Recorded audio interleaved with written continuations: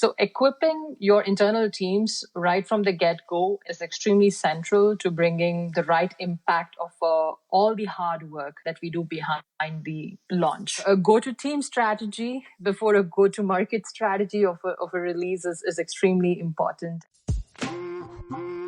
Welcome to This is Product Marketing, brought to you by Product Marketing Hive, a product marketing community that gives back. In this episode, Anita Raj, Vice President of Product Marketing at Throughput, and Crispin Reed discuss product marketing and the product launch process. Let's dive into it right now. So welcome to today's episode of This is Product Marketing. And today we have Anita Raj with us, who is Vice President of Product Marketing at Throughput. And Anita is a serial product marketer. She has at least 4 product marketing roles under her belt and is and has been a significant contributor to the product marketing community with articles published on many platforms, including Product Marketing Hive, for which we are extremely grateful. So, Anita, welcome to This is Product Marketing. Thank you, Crispin. Thanks for having me. So perhaps we could start by asking you a little bit about your background and your story. How did you get into product marketing? Sure, sounds good, Crispin. Well, thanks for having me on the Product Marketing Hive podcast today. I'm very excited to be here. Usually, product marketers are running the show behind the scenes, and I must say, it feels great and very different to be on the other side. So let's get started right into it.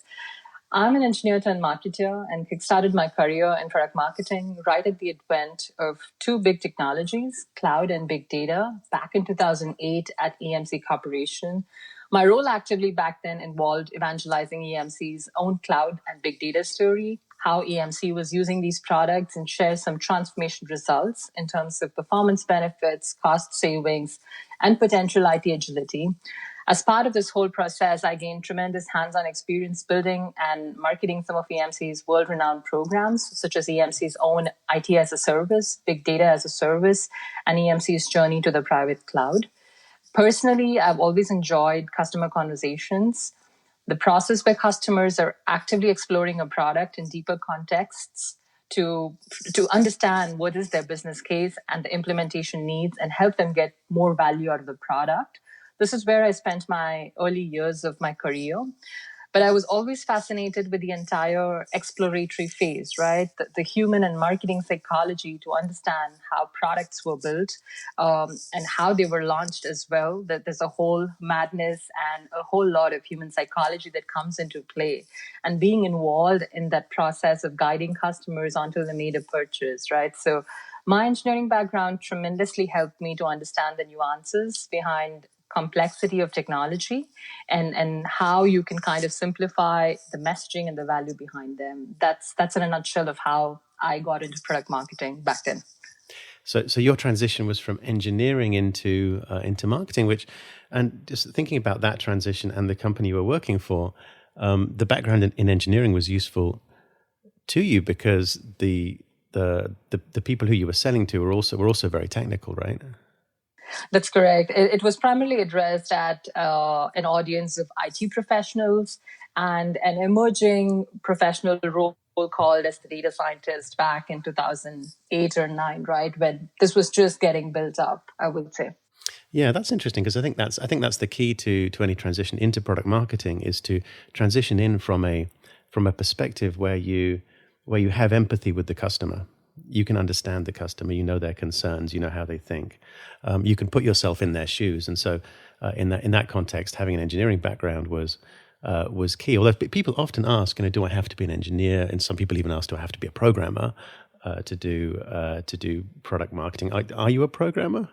I used to be, but then I quickly gravitated into the entire customer-facing aspect of engineering development, where we tried to set up the teams in a structure where we had one customer-facing team and one of it was the development team. So fortunately, I happened to be in the customer-facing side, and that kind of tremendously helped me understand some of the hidden aspects in my personality as well of what I really enjoy. And how I could complement it with what I could do at work. Yeah, and I used to be a developer too, but I think that this idea of being able to empathize with the customer is important. So as you transition in a company that sells quite technical products, the engineering background is useful. But many companies do product marketing, and their products are not technical at all. Absolutely. And they're their audiences are not engineers, and so being able to empathize with them, you might be just as, just if you're selling marketing software, you might be better off having a marketing background. Anyway, what advice would you give to people who are thinking about transitioning into product marketing? I think essentially it boils down to four main things. I would say one, you have to be very collaborative. You have to be ready to bring everyone together. The barriers typically that are associated in the process of messaging, doing product launches, bringing all the different stakeholders from different types of customer facing teams pretty much lies on the shoulders of a product marketer, right? So for anyone to be successful in product marketing, collaboration is key. You have to be able to persuade and kind of really pull people along to make sure that they are aligning towards this common vision. Number two, I would say, would be to be able to prioritize effectively. You have to be able to make it happen with effective and transparent and timely communication. You have to be able to showcase what's the vision that the product marketing team is running with, and what are some of the tactical and strategic elements that everyone is going to contribute at different timestamps based on the product release lifecycle. Third, I think this is something that's very contextual in today's world, where all of us, whether we are product marketers or not, are dealing with a lot of information overload, right? So I think one of the key things that product marketers, when they're focusing on their different efforts, they have to make sure that they're consistent in disseminating information. And what I mean by that is bombing your teams with all the information at one go may not be the best of the ideas. Instead, you have to be able to try to drip information to teams continuously to keep them on top of the release and keep them on top of their minds about what is it that you're educating them with. And last but not the least, I would say that for anyone who is a newbie or an expert in product marketing, subscribe to Product Marketing Hive. We all need to stay on top of changes and continuously upgrade ourselves. Product Marketing Hive offers great insights, right from positioning frameworks to methodologies to templates you can run with from get-go. So this would be my 4 pieces of advice to people who are looking to transition into product marketing. That's awesome and really good advice. And thank you for the kind words about Product Marketing Hive. And yeah, I mean this is key, right? Being able to prioritize and communicate. One of the things that you've talked about in one of your articles, which I think is quite important, is this idea that product marketing isn't inherently well defined, right? I mean, you've written a definition of product marketing. You give your definition. Other folks give theirs, and they can all somehow simultaneously be. All of them can be right, and all of them can be wrong, kind of at the same time, because the product marketing role is sort of inherently ambiguous and depends very much on the company. Can you talk a little bit more about this idea of the role ambiguity? Sure. I think over the course of time, product marketing has dramatically transitioned from a role that delivers a message to drive sales to one that truly creates, nurtures, and tweaks a brand's image, right? To kind of achieve the right level of push from a business objectives standpoint, including how to really foster customer engagement and craft powerful product experiences, right? So the role overall has been increasingly assuming multifunctional responsibilities, right? While this gives a wide canvas of opportunity, which pretty much can be adapted with different strokes, right, from product maturity to team setups and business objectives, I think what most people need to be able to really synthesize when they are trying to get into a new role, or, for example, even trying to understand how do we drive more maturity in the product marketing function within an existing company, you have to be able to understand why are you required, or why is product marketing required in this company. In my experience, I feel that this is often a very gray area where companies either throw too much at you or don't know where to effectively utilize product marketing, or sometimes even have inherent understanding or biases about what is product marketing, right? So, which effectively means that you owe this to yourself. What is the value of product marketing for a company? And do you fit in this grand scheme of things, given your career aspirations and given your strengths, and where do you want to see yourself down the line, right? So I would say it's a good balance between your strengths, your aspirations, and the company fit. From a career success standpoint, I think there are three key aspects, right? So one is you have to be able to understand the why. And what I mean by that is product marketing is just not about understanding what product the end user wants, right? It is more about helping them decipher it to leverage it for the ideal outcomes. Now, the outcomes can be defined by different companies differently, depending on what their maturity looks like.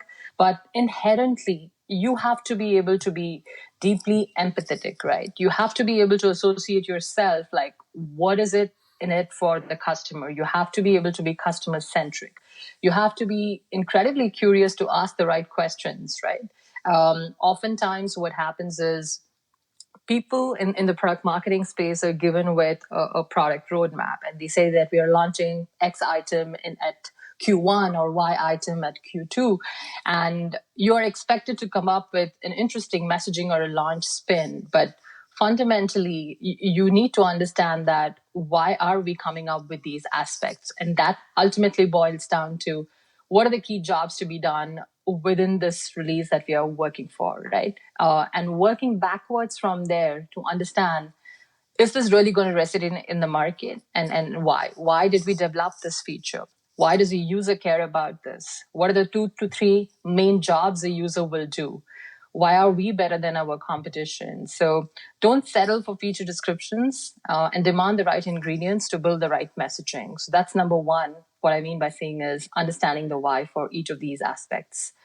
Number two, I think you should build your product marketing plan, right? Product marketing is really one of those complex roles that requires a smooth traversal between strategic to tactical. And while I would say that you may be hired for a strategic role, there are times that people will often expect you to do a lot of tactical things, which you may not like, right? So striking a balance between how much of an output as an individual or as a team leader you can provide, and if this is the value that the company needs the most, is something that you need to be able to balance in your plan and present it to the different stakeholders and align yourself on. And I think one of the most underrated aspects is about the feedback loop. We often tend to work very closely with product managers, but kind of miss out on working deeper with customer facing teams, right? It's key to build a close relationship with sales and all the different stakeholders in the customer facing teams to be able to optimize your messaging. And we all know this, right? That messaging and positioning is not a done deal. It's an continuously evolving and an iterative process where you need to optimize it based on field insights. I would say those would be the three main things that people should try to evaluate, and then build the right definition for what is the definition of product marketing for the company that they get it. So to what extent do you believe that product marketers can sort of shape their own roles? How malleable do you find product marketing roles to be in the real world? Are they... because every company probably has some idea of what they want to have in the role going into it. Have you found yourself able to shape the role sort of to your liking at times, or so how much sort of input do you think that the product marketer themselves can have on the definition of the role versus the company imposing it on them? I think that's a very tricky question to answer. I would say that probably the product marketer can have around 40% of a ratio in terms of how they can shape, in terms of what they would like to achieve as part of the role.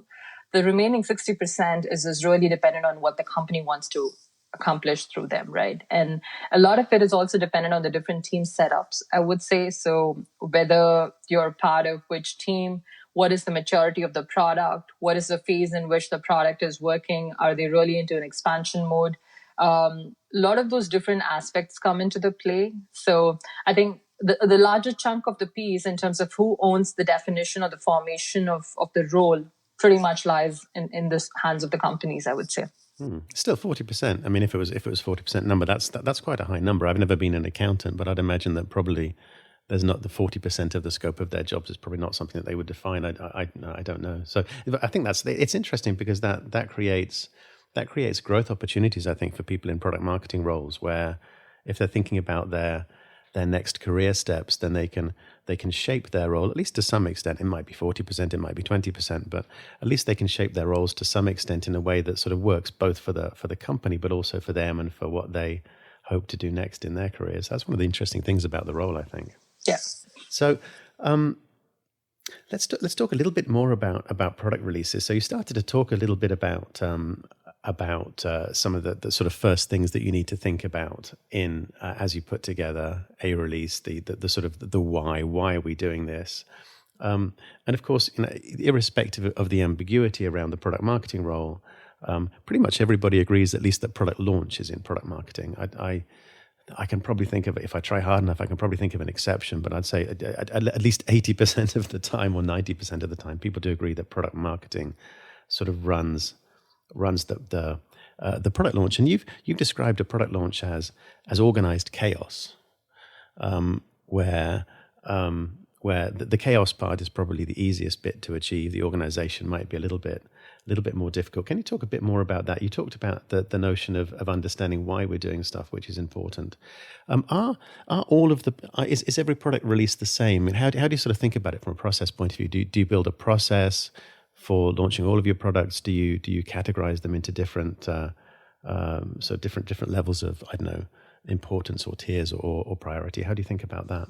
Yeah, I think that's a great question. And I think from a product marketing standpoint, the way at least I look at it is, how can you build scalable processes, right? So for example, if you're doing 10 releases in a year, for example, I'm saying, it's really not scalable that you will be able to kind of come up with something that's custom built for every release, right? So then it makes more sense for you to kind of really work backwards and say that, what is the best way in which I can structure this release program? And what are some of the ambiguities that can go wide for stakeholders in terms of what's going to come with what kind of a combination?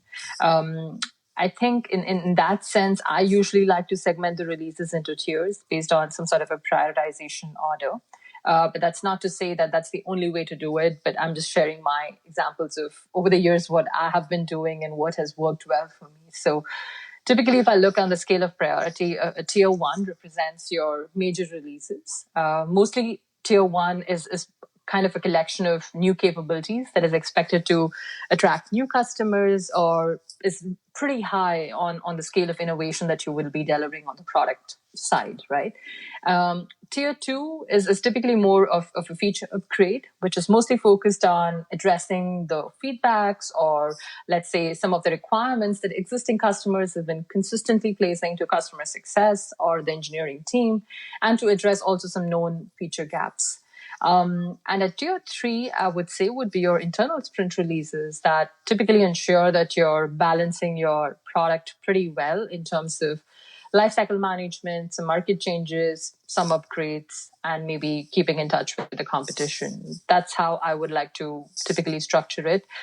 In addition to that, for each of these tiers, we try to put together like what's the intensity of an effort and a planning that we need to do. Like, for example, for a tier 1, I would like to do the full breadth because it happens to be on a tier 1 level. So I would like to do a video. I would like to do a demo. I would like to do a press release. I would like to do a blog. I would like to do even put together a data sheet and a solution brief. Whereas for a tier 2, I may not be so interested in then putting together a video and a demo as well, but probably a blog that outlines how it works and what's the value prop is sufficient. That's how I would do it. So you sort of you kind of in an ideal world, at least, you would document all of this ahead of time, I assume, so that in a company you would be then looking at the roadmap, looking at what's coming down, and then you'd be sitting with, I don't know, with product management or sales or other marketing, other people, and saying, okay, so let's agree this is a tier 1, this is a tier 2, this is a tier 3. Is that sort of how you would plan it out, and then they would understand what those tiers meant? That's correct. So I think typically when you're beginning a new role in a company, you would ideally work very closely with your primary stakeholder, which in most cases happens to be the product manager, right? So you would work with them, try to understand how we're categorizing them.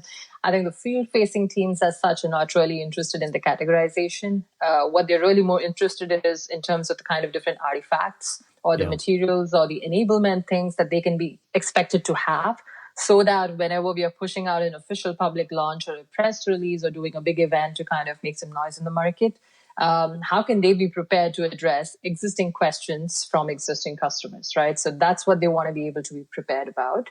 So I would say addressing the definitions in terms of how are we tiering the releases is something that product managers have a good stake in. So involving them and trying to work with their roadmap in terms of building your own product marketing release roadmap, because your marketing release roadmap is what your customer facing teams care about more. Because you know that whenever product marketing pushes things out, it's things that are going from a public standpoint, from a customer standpoint, from a media and an analyst standpoint, right? So they want to be prepared more in terms of at what points in time can they expect which materials.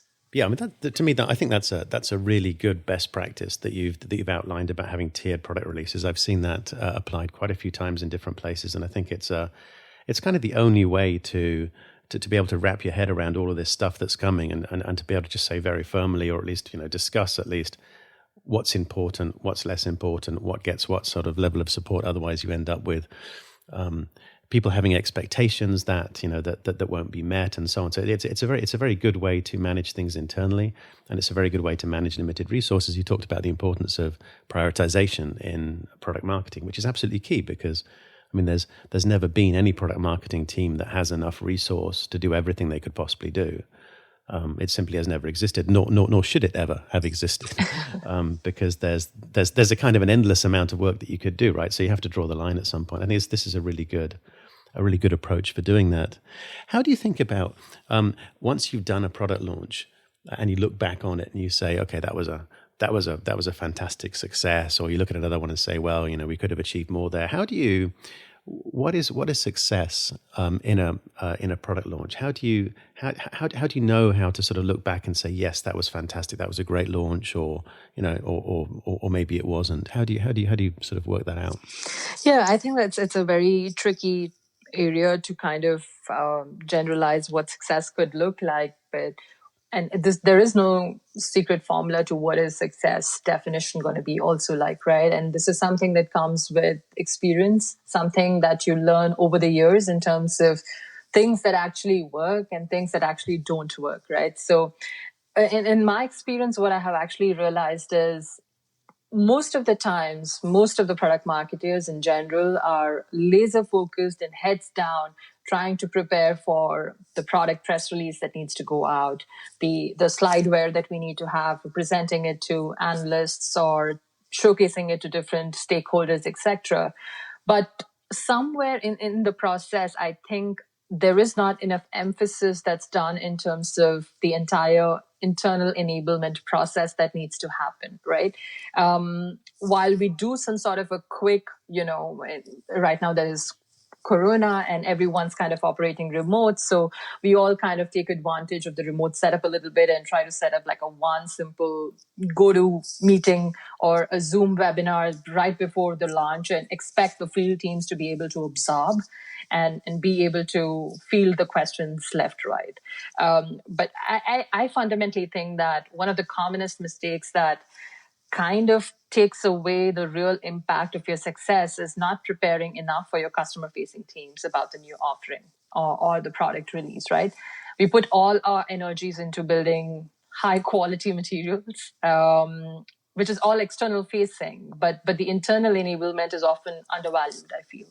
So equipping your internal teams right from the get-go in terms of how they can deliver the right value and the right value proposition is extremely central to bringing the right impact of all the hard work that we do behind the launch. So I think a go-to-team strategy before a go-to-market strategy of a release is extremely important. And if people can kind of balance the two and not get lost in the process, I think that's what makes a huge difference in terms of the sales being able to actually capture all the amazing market awareness about the product that you're creating with all these amazing materials. Gosh, yeah, I couldn't agree more with that. It's such a fundamental piece, isn't it? The sales enablement, and for some reason, which I still haven't quite understood, some companies really don't do it well at all. It's almost an afterthought, and I've been in roles where, I almost sort of look at the different product marketing situations I've seen closely myself and sort of put them into two buckets. There's the bucket where where the sales team, the customer-facing teams, are well informed. They know what's coming. They know everything about the products, and they still have their frustrations and their complaints and everything else. But they fundamentally know what's going on. Right. And then there's another whole category where they just don't. They actually don't. And when I've sort of looked at that and analyzed it, and I remember I was speaking to Dave Kellogg about this because I went back and I did a little bit of work with Dave Kellogg in one of his companies not that long ago, and I noticed that he still had this process in place that it had years and years and years before when I'd been working for him, which was a quarterly sales update, he called it. And every quarter he got the sales team together face to face, actually. Obviously, this was not during the pandemic, but got everyone face to face and spent a day with them and just took them through everything. And whatever other issues they had there, the sales team, the customer facing teams, they all knew what was going on. And I can contrast that with other roles I've had, which I probably shouldn't name the companies, where, and especially very large companies, where the sales team didn't know what was going on because I remember having a conversation once with it was a huge company, the sales education department or something, and I said, look, I just need some time with these guys about once a quarter. I need about a day a quarter. I said, well, you can't have that. That's impossible. I said, but why? I want to tell them about our products. I said, no, they don't have time. We can't take them out of the field for that much time. But I said, but you take them out of the field all the time. Right. You're constantly taking them out of the field. You're training them on all sorts of things. You take them out of the field to train them on, compliance regulations and on sales processes, and they say, yes, exactly. They're out of the field far too much. You can't have their time. So the only thing they weren't allowed to know was anything about the products they were selling. It's absolutely key, the whole sales enablement piece. I'm very glad that you point that out, because without it, there's nothing, right? Because this is one of the key channels for customers to get to understand the products, and if the customer-facing teams don't know, how can they tell anyone else? Absolutely. And that's also a kind of a very tricky area, I would say, right? So at least in the big companies that we typically end up working in, I think you do have some sort of a sales education or a sales enablement kind of a team. And then there is also a product marketing team. Then the tricky question becomes like, where do you draw the guardrails? Like, where do you draw the lines? Like, what is the effort that's required from product marketing, or how much of an enablement would be driven by the sales and so forth? So I think it really depends on the kind of different mix and skills and how complex the products are to be able to really decide that even if we have a sales enablement team, maybe from a product standpoint, it's best done by the product marketing, maybe. Yeah, I think they should at least be involved. They don't have to run the process, I guess. But at least to have some agenda time certainly seems to me, I might be too old-fashioned about this, but it seems very, very important. But in large companies, there's many conflicting things. They want to do management training, leadership training. They want to do training about how to do their jobs better, like sales process training. And sometimes the actual product information gets squeezed out, which is sad.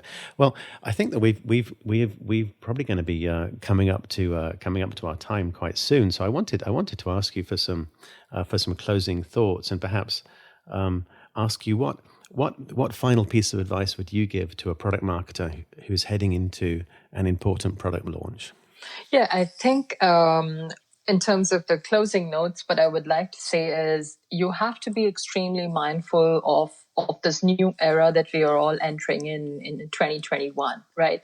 The COVID-19 crisis has resulted in long-term societal and business impacts across the globe, right? To respond to this, almost every organization has changed the way it operates, and product marketing is definitely not going to be any different to the sweeping changes and potential impacts. So you must reevaluate what are the buying priorities in the new normal and the new buyer's journey due to the seismic shifts caused by the pandemic. You have to reevaluate what are the ways in which a buyer's job to be done changes in the new normal, right? So you have to kind of really prepare yourself for potentially different exploration strategies to help your buyer evaluate key alternatives and what are the possible trade-offs that they should have to quantify the cost benefit of your product.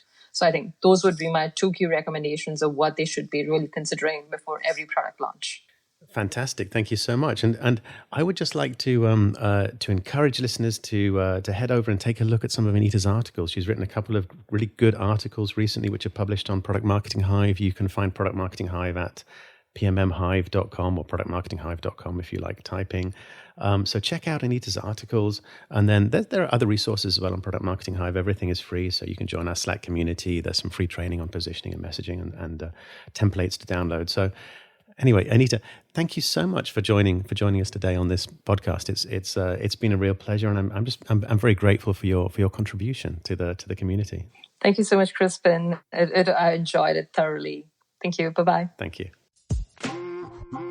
Thank you for tuning into This is Product Marketing, brought to you by Product Marketing Hive, a product marketing community that gives back. Check out our website, productmarketinghive.com, to join our community, meet fellow product marketers, and access free resources, including training, playbooks, templates, and events. If you enjoyed our podcast, please subscribe and give a 5-star rating on the platform of your choice. See you next time.